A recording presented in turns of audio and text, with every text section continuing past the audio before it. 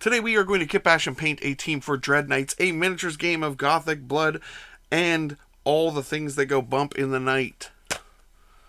Boom!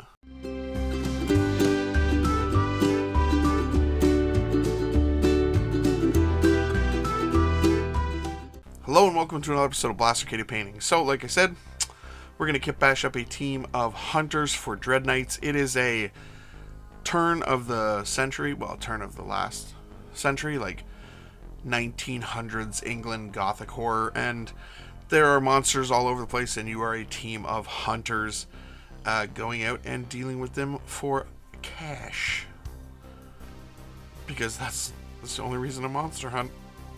Cash. We're also going to feature some games this month. I think I've got 4 that I'm going to show. First one I got most of the rules wrong, and I don't get most of the rules right the whole time, but it's fun playing them, and yeah, you'll see some of those this month too. So we're going to be using a bunch of kits that I have laying around, and we'll get some unique sort of hunters out of it. So let's start. So I got some Frostgrave Knights, Wizards, crewmen here, just a bunch of kits, you know, that are going to be used for this. I got some British infantry here. I got a whole bunch of Napoleonics and fantasy stuff, and we're just going to start mixing things together and clipping off what will look cool. So I clipped off that arrow and then cut his hand off, so then I could put the pistol in his hand instead, because I wanted one that was pointing the right way. And then yeah, a bunch of the Frostgrave kits there with a sword and the head, and bam, we got a hunter. This guy's got 2 pistols, and then I gave him a knight's helmet. Yeah, knight's helmet. Boom, got a hunter. So it's just about putting a bunch of things together and, yeah, making something cool and original that's just yours. So I don't show a lot of the kit bashing, because really it is just cutting off some bodies that I think are cool and then finding arms, and I end up cutting off things that I don't use quite a bit, so I just keep a little container there, throw them in there, anything that's left over. But it's like gothic horror in like Victorian sort of England, so they're kind of poor. So it's kind of neat to have some of the old style, like helmets and stuff like stuff they've scrounged or stuff that's been passed down through their family and like they've held on to. So you can kind of mix that, like, you know, armor and pistols, like that sort of look. Anyway, just find some kits that you have, or go get some kits and put some stuff together. The good thing about Frostgrave kits, Victrix miniatures, Perry miniatures, is they're all incredibly cheaper than like any of the other companies. Like Games Workshop stuff is expensive. This stuff is fairly cheap. Not super cheap, but a lot cheaper. And anyway, I'm rambling a whole bunch. Put some things together.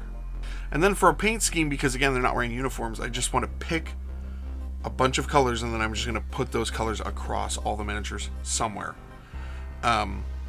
They're cobbled together, they're thrown together, but they still want to be able to recognize each other. So maybe they've got some dyes that they've used to dye different parts of their clothing and stuff like that. So I just do a fun color scheme, and you guys can see it. There you go. So first thing I'm going to do is take some Moody Mauve and Speed Paint Medium. It's just ridiculous, the names. And yeah, I can just pick one of the articles of clothing and just get it on there. And the good thing about like Frostgrave and Perry miniatures and stuff, it's not overly detailed. I'm going to take some Ancient Honey and some Speed Paint Medium, and yeah, I'm going to pick another spot, throw it on there. This is kind of the start of my color scheme. Bright colors, but also drab colors. I would take some burnished red here, and again, just picking out parts, getting the colors on the miniatures. It's just a fun, creative process that you can do that make your own miniatures for you. I think this guy's like 100% Frostgrave kits though, so you could make this guy easily. I'll take some Mummified Grime here. I really like this color. It's dark gray green, I think is what they call it.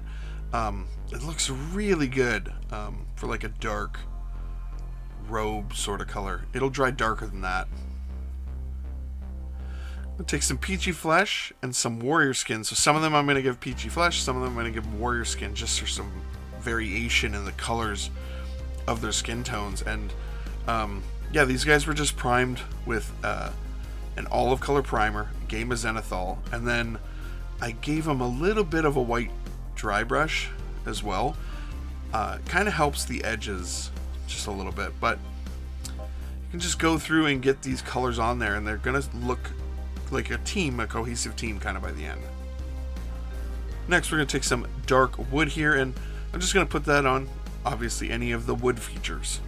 So you just want to go through, again, when we're painting like this, we just want to stay away from what we've already done. But we can also be a little messy because we're going to dirty them all up with a wash afterwards. We'll take some Satchel Brown next here and just put those on, you know, this guy's beard or any straps and stuff. Just unifying the colors across the range. I'll take some plate mail metal here. Now I could use the speed paint metallics, but I just kind of wanted to get some solid metal colors because I am going to go through, like I said, and do a wash.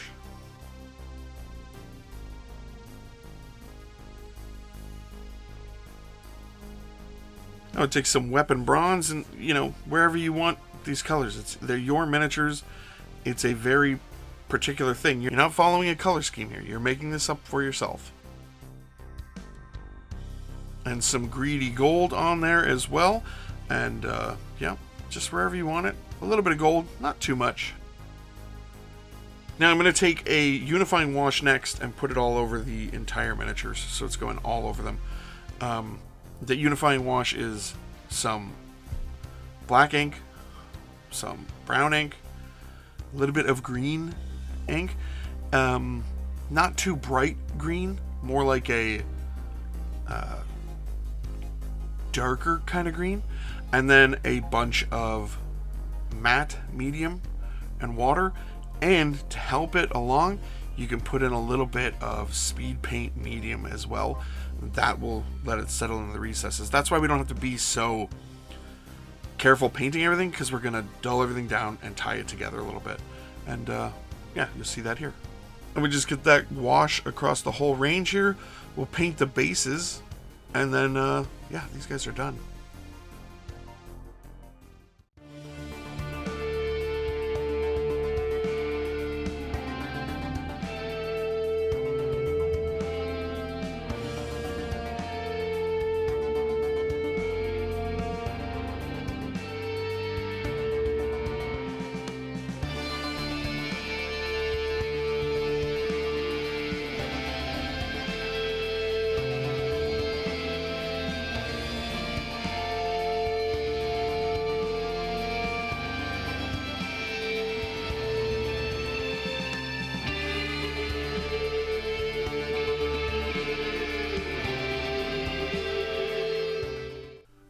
So what do you guys think? I think they're pretty cool.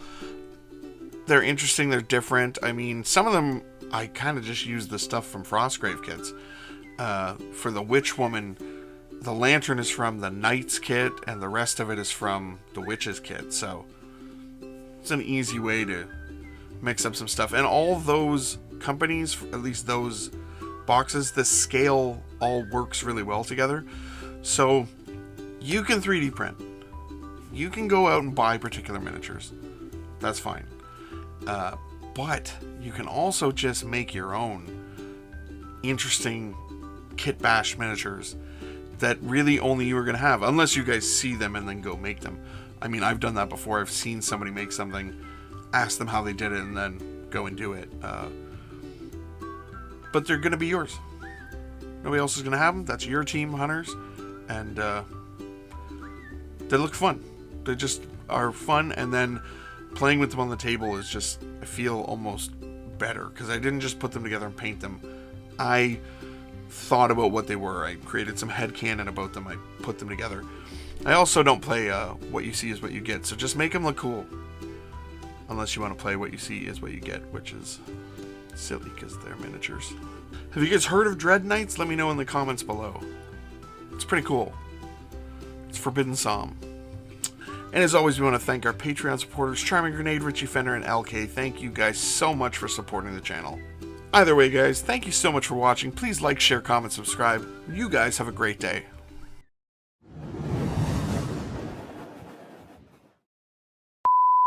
So I got a bunch of, Jeez. The book has a name generator that you can roll if you don't want to make up your own names. And that old witch lady's name is Babbage, which is like cabbage with a B, which is really a weird name. Just thought you should know. Babbage.